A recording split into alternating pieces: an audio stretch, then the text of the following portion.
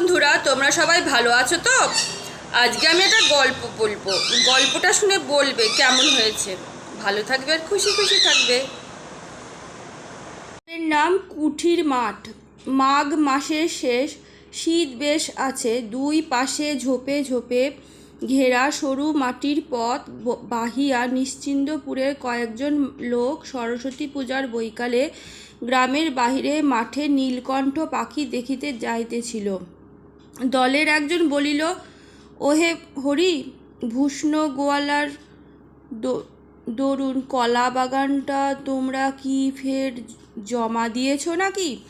হরিহর সায়সূচক কিছু বলতে গিয়ে পিছন ফিরিয়ে বলল, ছেলেটা আবার কোথায় গেল ও খোকা? খোকা! পথের বাঁকের আড়াল হইতে একটি 6-7 বছরের ফুটফুটে সুন্দর ছিপছিপে চেহারার ছেলে ছুটিয়া আসিয়া দলের নাগাল ধরিল। হরিহর বলিল, আবার পিছিয়ে পড়লি এরই মধ্যে? নাও এগিয়ে চলো। ছেলেটি বলল, বনের মধ্যে কি গেল বাবা? বড় বড় কান। হরিহর প্রশ্নের দিকে কোনো মনোযোগ না দিয়ে নবীন পালিতের সঙ্গে মৎস্য শিকারের পরামর্শ আটিতে লাগিল। হরিহরের ছেলে পুনরায় আগ্রহের সুরে বলিল, কি দৌড়ে গেল বাবা বনের মধ্যে বড় বড় কান? হরিহর বলল, কি জানি বাবা, তোমার কথায় উত্তর দিতে আমি আর পারি নে। সেই বেরিয়ে অবধি শুরু করেছ এটা কি ওটা কি, কি গেল বনের মধ্যে তা কি আমি দেখেছি? নাও এগিয়ে চলো দেখি। বালক বাবার কথায় আগে আগে চলল। হঠাৎ এক উলুখোরের ঝোপের দিকে আঙুল তুলিয়ে চিৎকার করিতে লাগল, ছুটিয়ে গেল, ওই দেখো যাচ্ছে বাবা, দেখো ওই গেল, বড় বড় কান ওই। তাহার বাবা পিছন হইতে ডাক দিয়ে বলিল, ও কাটা কাটা গায়ে। তাড়াতাড়ি আসিয়া খপ করিয়া ছেলের হাতখানি ধরিয়া বলিল, বড্ড বিরক্ত করো দেখছি তুমি। 100 বার বারণ করছি তোমাকে, কিছুতেই শুনবে না। ওই জন্যই তো আনতে যাচ্ছিলাম না। বালক উৎসাহে ও আগ্রহে উজ্জ্বল মুখ উঁচু করিয়া বাবার মুখের দিকে তুলিয়া জিজ্ঞাসা করিল, কি বাবা? হরিহর বলিল, কি তা কি আমি দেখেছি? শুয়োর টুয়োর হবে। নাও চলো, ঠিক রাস্তার মাঝখানে দিয়ে হাঁটো। শুয়োর না বাবা, ছোট্ট যে, পরে সে নিচু হইয়া দৃষ্ট বস্তুর মাটি হইতে উচ্চতা দেখিতে গেল। চল চল, হ্যাঁ আমি বুঝতে পেরেছি, আর দেখতে হবে না, চল দেখি। নবীন পালিত বলিল, ও হলো খরগোশ খোকা, খরগোশ। এখানে খড়ের ঝোপে খরগোশ থাকে তাই। বালক বর্ণ পরিচয়ে ক্ষয়ে খরগোশের ছবি দেখিয়েছে, কিন্তু তাহা যে জীবন্ত অবস্থায় এরকম লাফিয়ে পালায় তা আবার সাধারণ চক্ষুতে দেখিতে পাওয়া যায় এ কথা সে কখনোই ভাবে নাই। খরগোশ জীবন্ত একেবারে তোমার সামনে লাফিয়ে পালালো, ছবি না, কাচের পুতুল না, একবারে কান খাড়া সত্যিকারের খরগোশ।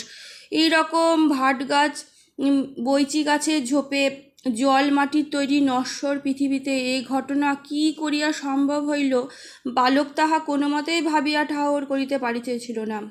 সকলে বনে ঘেরা সরু পথ ছাড়িয়া মাঠে পড়িল।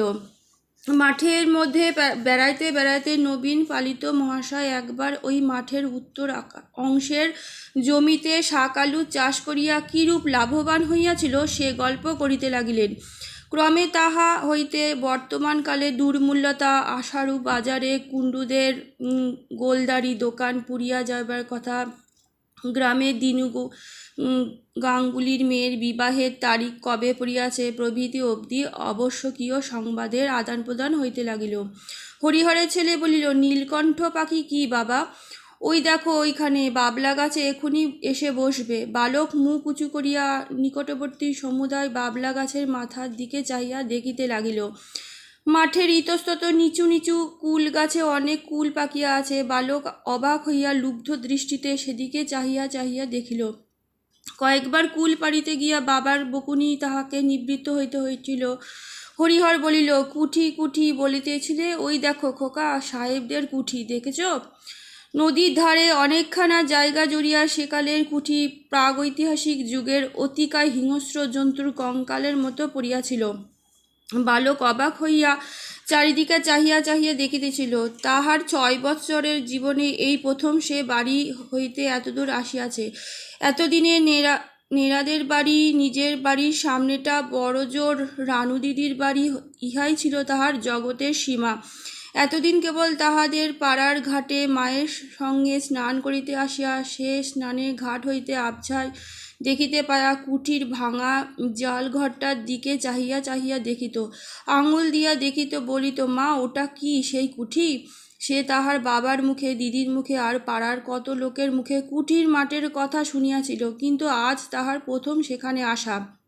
ওই মাঠের পরে ওইদিকে বুঝি মায়ের মুখে সেই রূপকথার রাজ্য, শ্যাম লঙ্কার দেশে ব্যঙ্গমা ব্যঙ্গমী গাছের নিচে নির্বাসিত রাজপুত্র, যেখানে তলোয়ার পাশে রাখিয়া একা শুইয়া রাত কাটায়। ও ধারে আর মানুষের বাস নাই, জগতের শেষ সীমাটাই এই। ইহার পর হইতে অসম্ভবের দেশ, অজানার দেশ শুরু হইয়াছে। বাড়ি ফিরিবার পথে সে পথের ধারে একটা নিচু ঝোপ হইতে একটা উজ্জ্বল রঙের ফলের থোলা ছিঁড়িয়া হাত বাড়াইল। তাহার বাবা বলিল, হাত দিও না, হাত দিও না, আলকুশি আলকুশি, কি যে তুমি করো বাবা, বড্ড জ্বালালে দেখছি, আর কোনোদিন কোথা নিয়ে বেরোচ্ছি না বলে দিলাম। এক্ষুনি হাত চুলকে হাতে ফোসকা হবে। পথের মাঝখানে দিয়ে এই এত করে বলছি হাঁটতে, তা তুমি কিছুতেই শুনবে না। হাত চুলকাবে কেন বাবা? হাত চুলকাবে? বিষ বিষ, আলকুশিতে কি হাত দেয় কেউ? শুয়ো ফুটে রিরি করে জ্বলবে এক্ষুনি।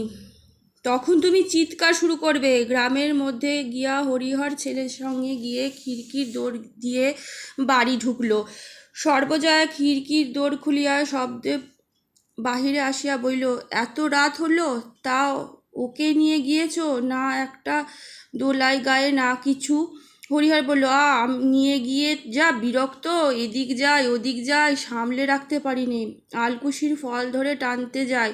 পরে ছেলের দিকে চাহিয়া বলিল, কুঠির মাঠ দেখব? কুঠির মাঠ দেখব? কেমন হলো তো কুঠির মাঠ দেখা? আজকের মতো গল্প এইটুকুনি। কেমন লাগলো জানাবে, ভালো থাকবে আর খুশি খুশি থাকবে।